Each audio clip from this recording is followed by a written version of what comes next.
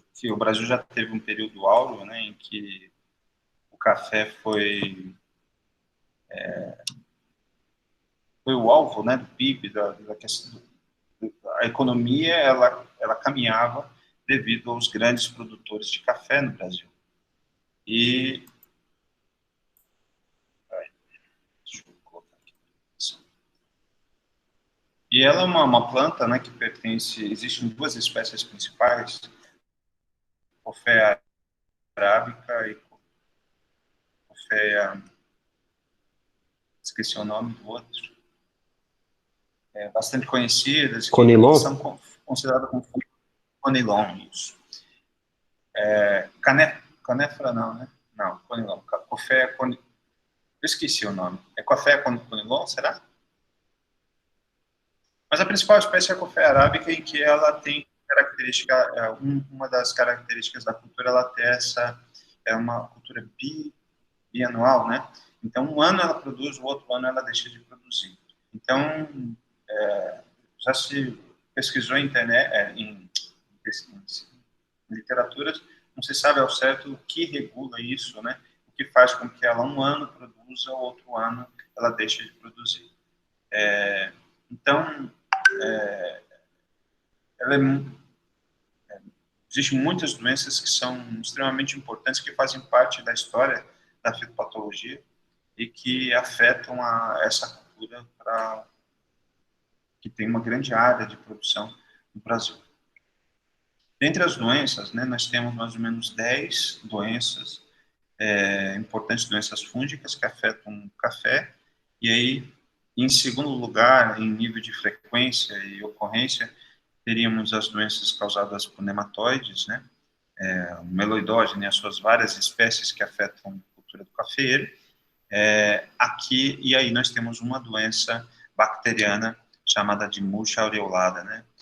Até a Housetonia, já vi alguns registros de ocorrência de Housetonia solanacearum, foi apresentado hoje pela Larissa, que é uma doença importante.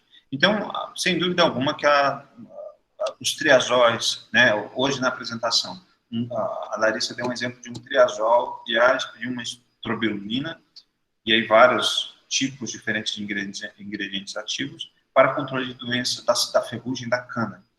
E aqui também vocês vão encontrar, dentro desse grupo, e padrões muito similares também para controlar essas doenças também tão importantes. E assim como a umidade, a água livre na superfície é importante, né, o bacheiro do café vai ser muito afetado por esse fungo. Então, ele normalmente vai provocar desfolha, né, essas lesões esféricas, parecendo um olho bem delimitada, aleatória sobre a superfície das folhas.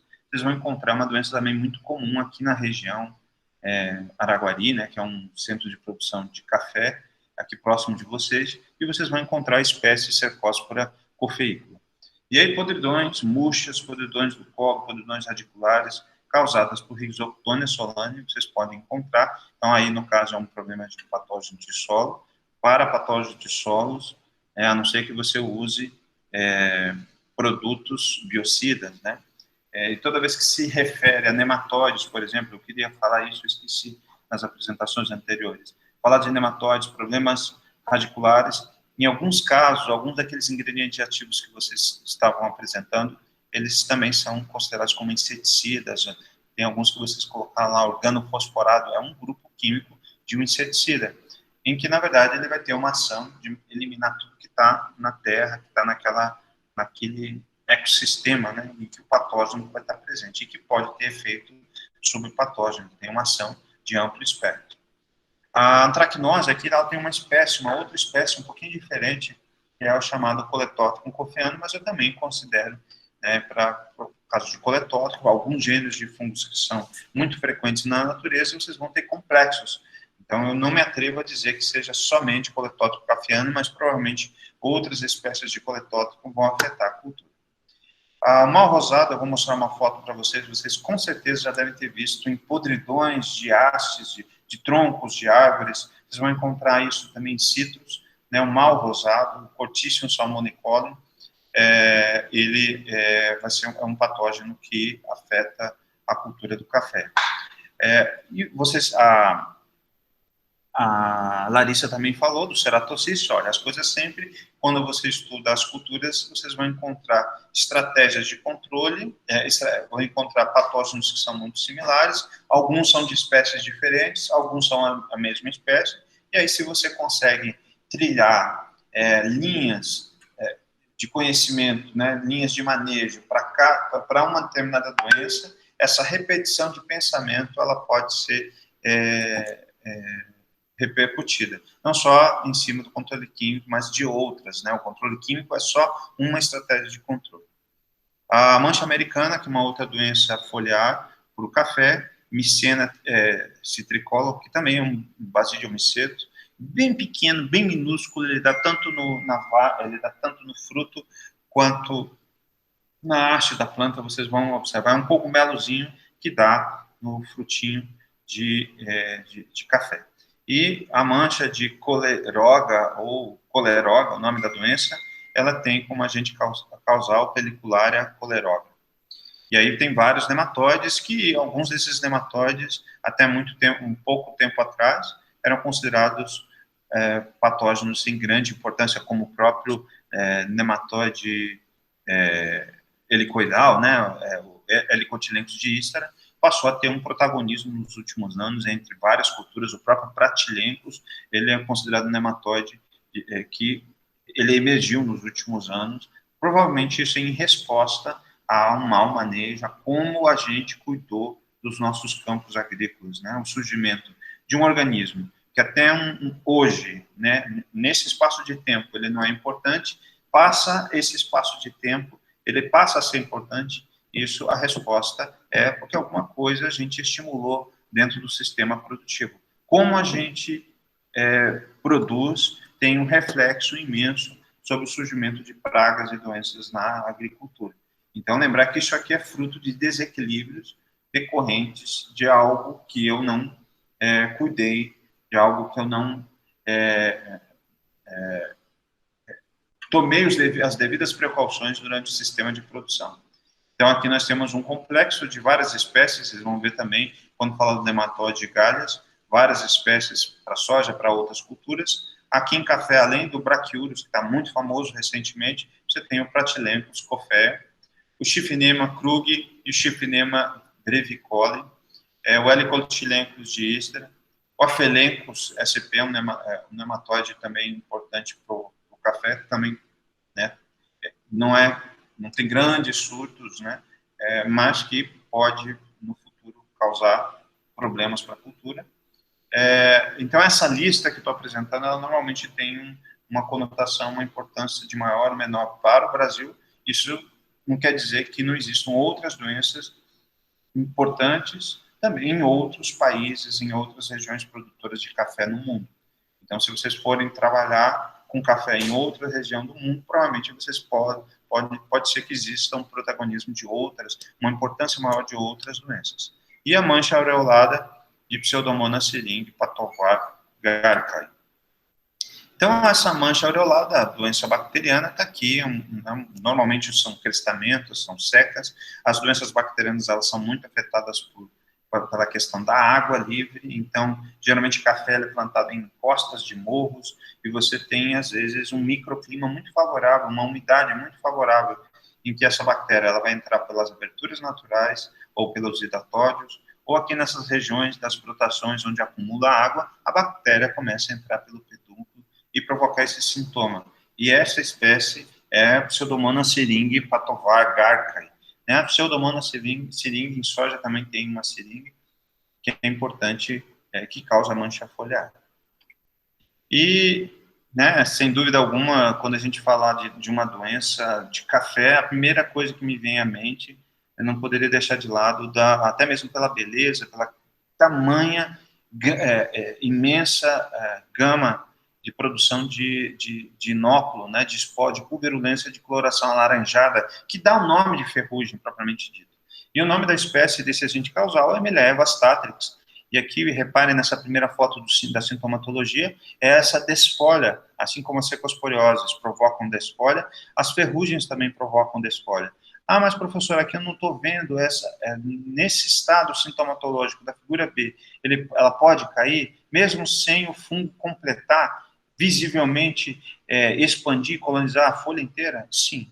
Então, é uma estratégia até meio de resistência da planta, até mesmo para substituir tecido doente e dar origem a tecido sadio. Lembrar que ela fica até 15 anos, né? A cultura do café, ela fica sendo cultivada até 15 anos. E aí, a cada ano, né? É uma cultura ao contrário das demais, que são anuais, né? Então, a epidemia dessa doença e de todas as outras doenças, ela só vai ampliando se você não tomar cuidado com os resíduos culturais. Vocês falaram na apresentação sobre o hósporo como fonte, como célula de resistência de Pythium phytophthora. Falaram de escleródio, né? O Tiago falou de escleródio, que fica 10 anos sobrevivendo.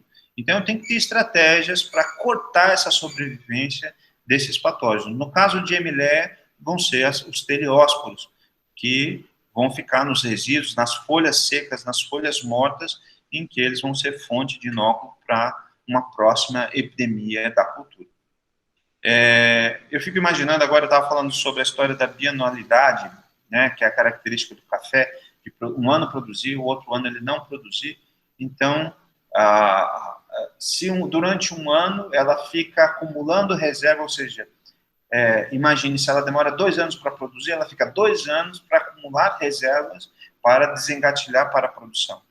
Então, mesmo que você tenha, no próximo ano, né, num ano não, tenha ferrugem, isso vai prejudicar a um longo espaço de tempo o acúmulo de reserva, já que ela produz folhas, ela produz energia para que essa energia seja despendida para um ciclo reprodutivo, que vai ser demandado, né, a cada 2 anos.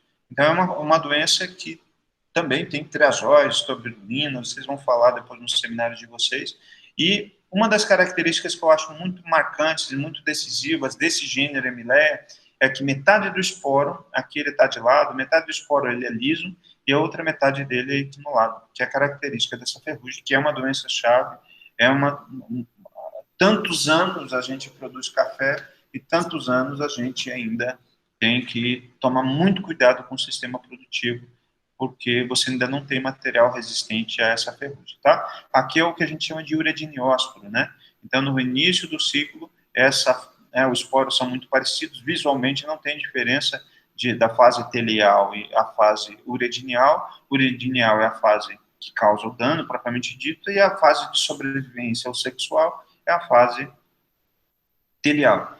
E aí essa fase telial é onde o esporo vai sobreviver por um período maior, entre uma safra e outra, entre um período mais propício, né, de produção de massa verde, né, de estágio vegetativo, já que as folhas é o principal órgão que esse patógeno afeta. Ferrugem do cafeeiro. Aqui, para vocês verificarem, né, aqui na foto de microscopia óptica, aqui na foto de microscopia eletrônica. Então, aqui ele emergindo, né, o tecido já colonizou e emergindo, e a metade desse esporo, ele não é totalmente esférico, metade desse esporo ele é equinulado para aumentar a superfície de contato quando o vento bater e ele se disseminar pelo ar. Aqui uma fotografia, né, da lesão se desenvolvendo, seria algo muito parecido. E a característica, volto a repetir, a característica do sinal, né, em microscopia óptica, da ferrugem do cafeeiro, metade dele ser liso. Aqui nessa foto não tá dando para ver, ela é a face de baixo. A face de baixo é lisa e a face de cima é equinulada. Equinulação quer dizer presença de uma espícula, de um espinho, algo que pontiagudo, né, na superfície. Acho que vocês estão conseguindo ver nessa ilustração aqui, ó, estou marcando na sala. Aqui uma doença importante, né, que vocês vão encontrar esse arrochamento, às vezes outros, né, aplicação de um inseticida, às vezes uma ação, uma fitotoxidez pode afetar e provocar essa queima, mas também você tem cercosporioses, né, lembrem lá da mancha púrpura da soja, que fica a semente avermelhada. E aqui, as lesões, né, você tem, às vezes, uma severidade não tão intensa, mas isso provoca a desfolha, e se a folha se desprendeu, você tem menor carga de energia que está deixando de ser aproveitada pela planta, porque é um mecanismo de resistência da planta, né? Muitas plantas, com a cercosporiose, ou olho pardo, né? O nome da doença, olho pardo ou cercosporiose, causada por Cercospora cafeícola, ela tem essa característica. Hoje eu vi vocês falarem de uma cercosporiose em quem? Foi quem? Foi cana? Foi alface? Quando o Tiago estava falando da alface, ele falou dessa história do halo branco, ó. Mesma coisa, o mesmo padrão. Então, você tem uma cercosporiose aqui, como é uma dicotiledônia, o café, então ela tem um formato esférico, às vezes tem um halo clorótico, e aqui algumas lesões, elas havendo uma confluência. Ó. Cada bolinha dessa é um conídeo que caiu, germinou, infectou e causou essa necrose nesse tecido. E aí isso vai ter uma consequência com a história da desfolha, assim como tem desfolha provocada pela ferrugem do café, tá? E aqui o sintoma em cima, né, do chumbinho, em cima do frutinho do café. Aqui a estrutura do fungo, né, de Cercospora cafeícola. Então, a característica de Cercospora é saindo, emergindo pela abertura do estômago, vários conidióforos, um conjunto de conidióforos a gente chama de esporodóquio, e acoplado a esse esporodóquio, você tem esse conídeo comprido, fino, lanceolado. Pode reparar que essa região aqui é um pouquinho mais larga que as demais. Ele tem uma cicatriz aqui, ó, no topo. Onde tem essa cicatriz são locais onde estavam aderidos os conídeos. Então, aqui essa pontinha aqui, ó, mais larga, é onde estava aderido o conídeo, onde o que acontece? Há uma secessão, um desprendimento desse conídeo, ele voa e cai aqui na folha e provoca essa lesão de característica arredondada. A doença que eu falei para vocês, que é um patógeno de solo e que também pode afetar até a folha, né? Em soja tem a mela, né? Em soja, em algumas regiões que são muito úmidas. Em café, vocês têm, tanto no sistema radicular quanto nas folhas, a risoctônia. A característica de risoctônia é ter esse micélio. Lembra um cano, né? Esse micélio em que ele se ramifica, ele tem esse entroncamento que parece 90 graus. Ele não produz conídeos nenhum. Então, nesse meio de cultura, se eu preparar a lâmina, eu só vou ver essa hifa bem demarcada e essa ramificação em 90 graus, que é característica de uma risoctoniose, tá? Lembrando que pode causar mancha, como também pode provocar sintoma de podridão da cultura. Aqui o mal do 4 anos a gente chama de roselínea. Então, quando você vê de perto, a roselínea é um ascomiceto. Aqui são os esporos da forma imperfeita, que seria a fase assexuada. Aqui, né, a formação, ramificação da hifa. A murcha do café, ou o subdesenvolvimento da planta de café, seca da planta de café. E aqui a fase perfeita, a fase sexual. Provavelmente dentro desses copos de frutificação vocês vão encontrar ascas e esses ascósporos. Então você tem, mas professor, existem 2 fungos? Então lembrar que durante o ciclo vegetativo da cultura, desenvolve a fase imperfeita, que ele fica produzindo muita massa de esporo para tentar disseminar ao máximo dentro da lavoura, e depois, quando a planta morre, quando acaba o ciclo do café, então está num período mais hostil, um período de inverno, que são os períodos de sobrevivência, ele começa a desenvolver a forma perfeita. Essa doença, quando você vê uma planta murcha ou com subdesenvolvimento no café, ela também pode estar associada. Então, esse sintoma de murcha e desenvolvimento pode ser decorrente de risoctoniose, pode ser decorrente de fusariose e a própria roseliniose ou o mal dos 4 anos. Então, são sintomas de complexos de agentes que provocam esses sintomas, que fazem com que a planta não cresça, a planta de café não cresça.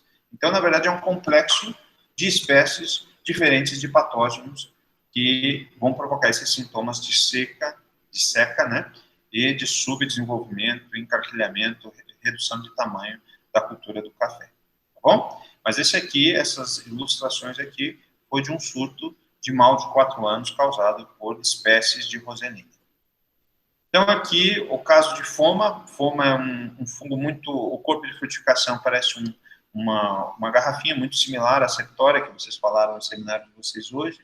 Então, a seca dos ponteiros ou ramos laterais vão ser decorrentes, ele é muito também influenciado, reparem que a folha está umedecida, muito dependente de umidade, muito dependente de água. Então, ele tem um picnídeo que fica encerrado e são muito agressivos e queimam quase que totalmente a folha. Aqui são mudas de café, né, que estão aqui ainda dentro dos sacos plásticos. Aqui são os sintomas que eu mostrei para vocês, essa queima, né, sem halo, né, uma lesão bastante bem desenvolvida, que pode se prolongar por todo o tecido da planta.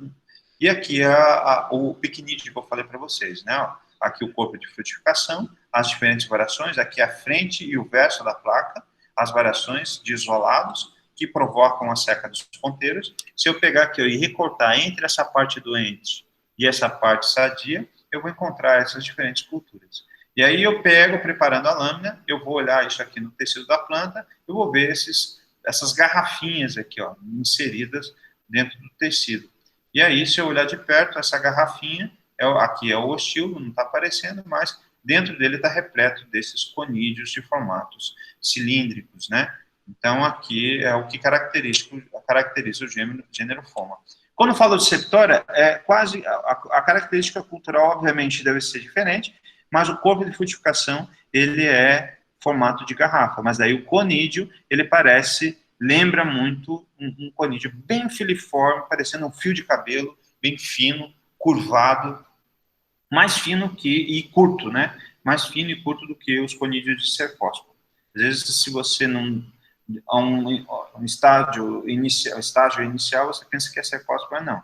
Mas é um conídeo menor. Se você vê uma cercóspora e vê o conídeo de septória, que fica dentro, né? Só que septória fica dentro do picnídeo e cercóspora fica dentro de um esporodóquio, né? Isso aqui, ó, fica numa estrutura livre, sem cobertura nenhuma, que ela fica nessa lesão, ou na face abaxial, ou na face adaxial.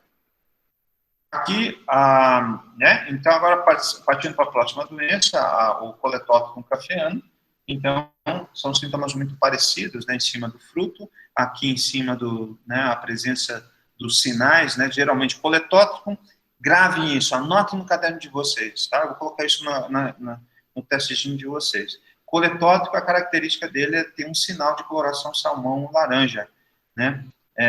Em algumas situações vocês vão ver, em soja, por exemplo, vocês veem elementos muito parecidos com as setas deles, né? Parecendo como se fossem chifres, que na verdade são elementos, adornos, né? São apêndices que vocês vão ver encontrando sobre a superfície. Mas nesse fruto, você vê a presença desse sinal de coloração alaranjada. Você vai ver isso em banana, você vai ver isso comecem aí nesses sacolões e nas frutas, né, os hortifruti, vocês vão encontrar giló, vocês vão encontrar em berinjela, vocês vão encontrar chuchu, a presença de coletótico. É claro que daí, dependendo da espécie, vocês vão ter outras diferentes. E à medida que vai avançando a doença, o frutinho fica mumificado, ele fica preto, né? Não tem mais água, desidratou. O futuro de uma podridão é mumificação, né? Então a tracnose começa a apodrecer o fruto, perdeu a água, desidratou para o ambiente, e aí ele fica mumificado. Acontece isso com a goiaba, né? Goiaba, a Pectobacterium afeta a goiaba, e aí ele é uma podridão, e depois ele fica com aqueles frutinhos da goiaba mumificados, que vocês conhecem bastante. Aqui ainda coletótico cafeano, ó, o sintoma. Aqui os apressórios, que são estruturas de adesão. Eu fiz um quiz na semana passada sobre essa história de adesão, né? Apressório, adesão. Austório, penetração da célula da planta. Uma estrutura, uma modificação enfálica, né? Então aqui o coletótico isso acontece. E no momento que ele encontra a folha, ele fica preso na folha, fica preso nesse frutinho do café, ele forma esse apressório. E aqui nós temos diferentes padrões, ó, a coloração alaranjada salmão de coletótrico, e aqui o conídeo de coletótrico cafeano, tá?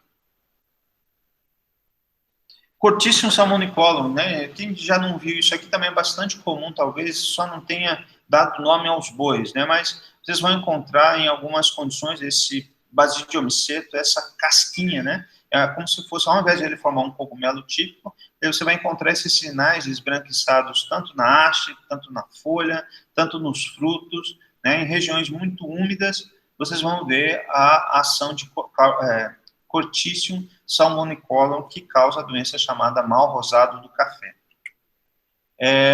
E aqui o Ceratocystis fimbriata, né? Então, a fimbriata porque ele tem esse rosto, também ele tem um corpo de frutificação, é um ascomiceto, e aqui nós temos diferentes hospedeiros, eles tiraram de café e inocularam em diferentes hospedeiros o micélio, a hifa do fungo.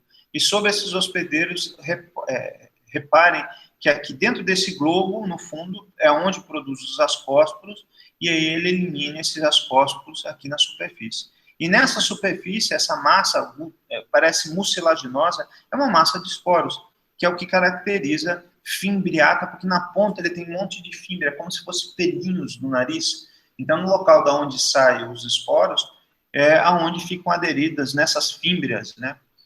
E a característica de ser ascomiceta é o fato de ele ter esse rosto bem alongado. Embaixo ele é esférico, ele tem esse rosto bem alongado por onde passam os ascósporos para a eliminação. Então, são muitas culturas. Quando você falar de murcha, seca de árvore, você não sabe nada de fitopatologia. Então, comecem a pegar esses gatilhos que o professor dá, essas dicas que o professor dá. Então, Ceratocystis fimbriata é uma doença de planta tropical, de árvore tropical, tá? Então, anotem isso para ter uma lista, para ficar mais fácil de vocês pegarem.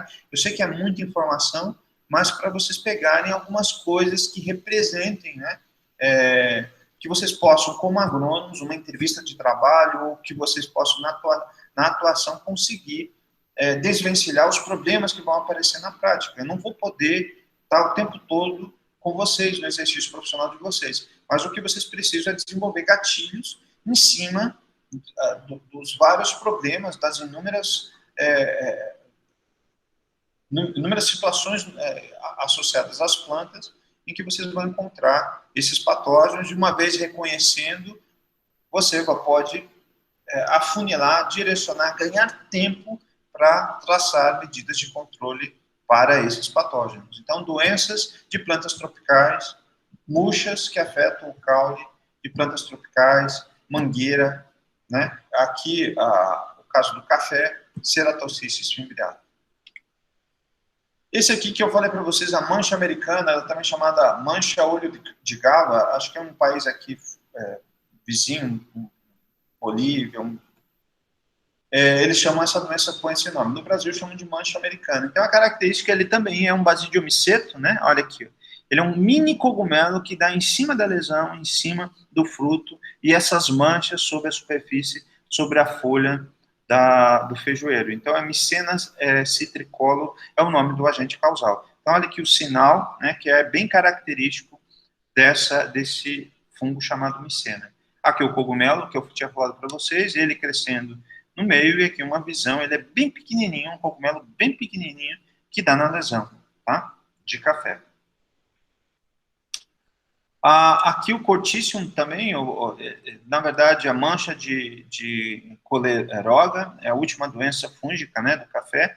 Então, aqui você tem essa casca sobre a superfície do tecido, e aqui a lesão, esse escurecimento. Não consigo, me perdoem, mas eu não consegui uma foto melhor. Mas o que eu gostaria, né, de toda vez que vocês vão encontrar isso muito em citros também.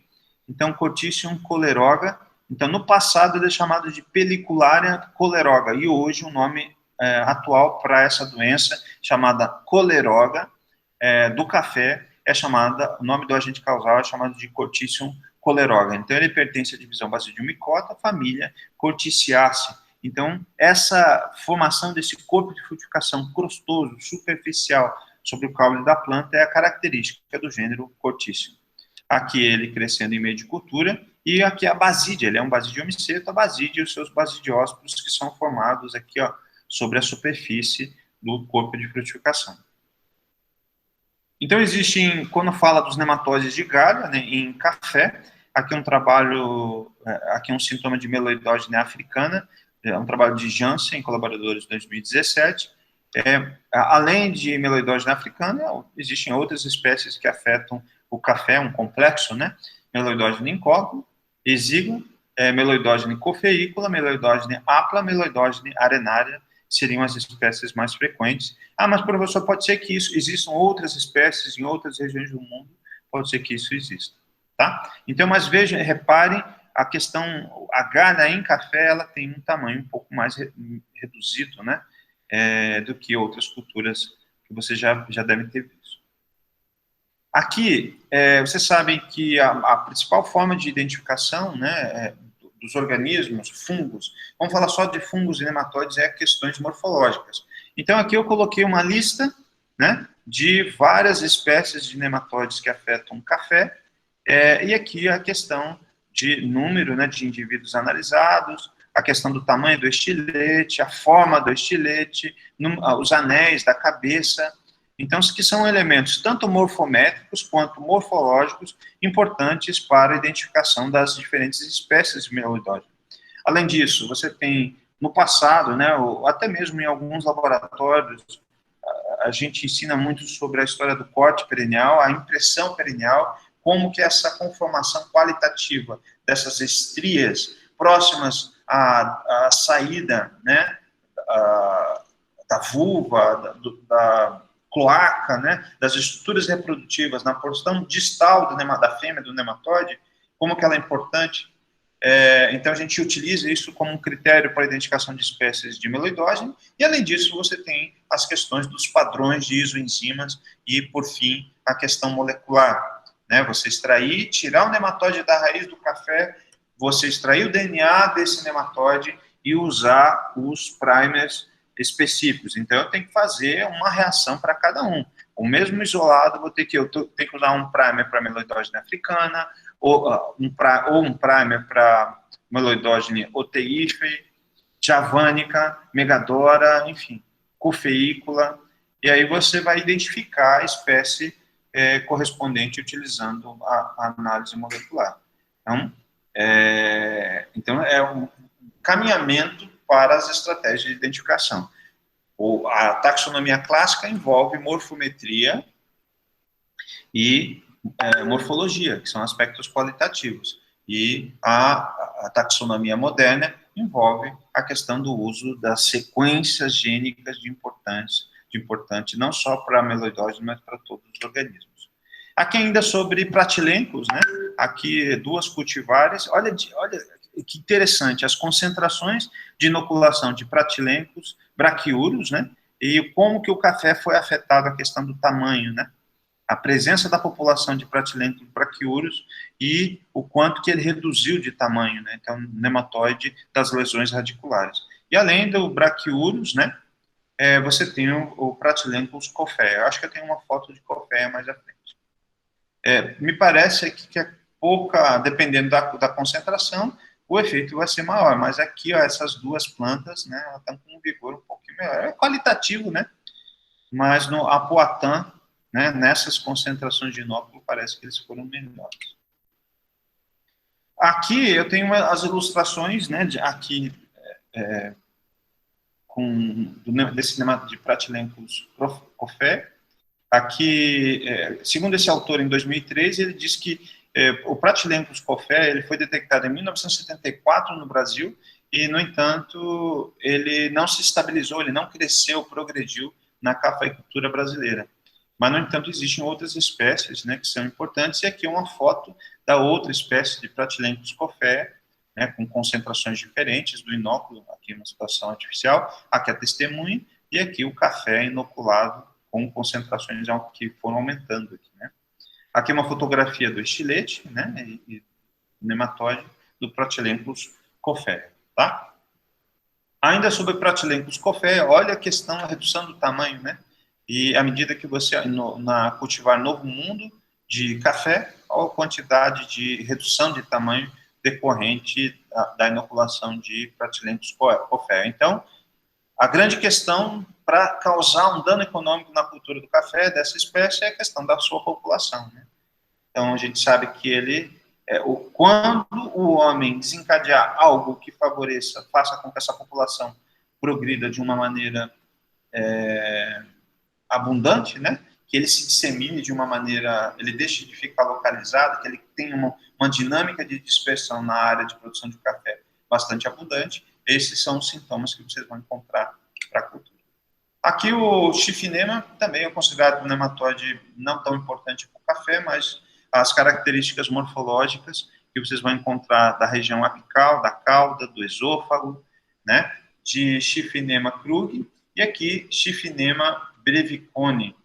Eu escrevi errado, tá? Então, vocês têm aqui a parte do estilete, o corpo inteiro, né, a forma do corpo, as regiões do intestino, a vulva, cauda, tá? E o tamanho desses nematóides, que são importantes, critérios taxonômicos, critérios de taxonomia clássica importantes para a identificação desses nematóides.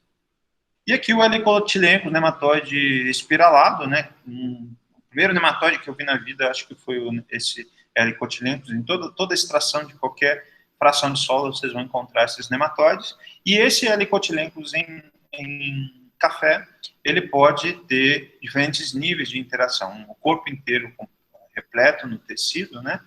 Ou ele formar um sincício no interior, ou ele ter uma parte só da boca, a região da boca, para realizar o parasitismo dentro do tecido da planta. Então, são variações que vocês vão encontrar para esse nematóide na raiz de café. E aqui o Aphelenchus, né, as características morfológicas de esôfago, né, a foto não ficou muito boa, peço desculpa, mas eu não consegui outra foto melhor, tanto da cauda, da região labial, né, e do esôfago, que é um outro nematóide possível de importância para a cultura do café. E aqui, um nematóide bastante, na verdade a família é muito fácil devido a essa anelação da cutícula, né? O Criconemoides, que também pode ser um nematóide informes, aqui um exemplo, que pode ser um grupo de nematóides importante também para a cultura do café. Era isso que eu tinha para falar para vocês sobre café. E na próxima aula a gente continua. Alguma dúvida?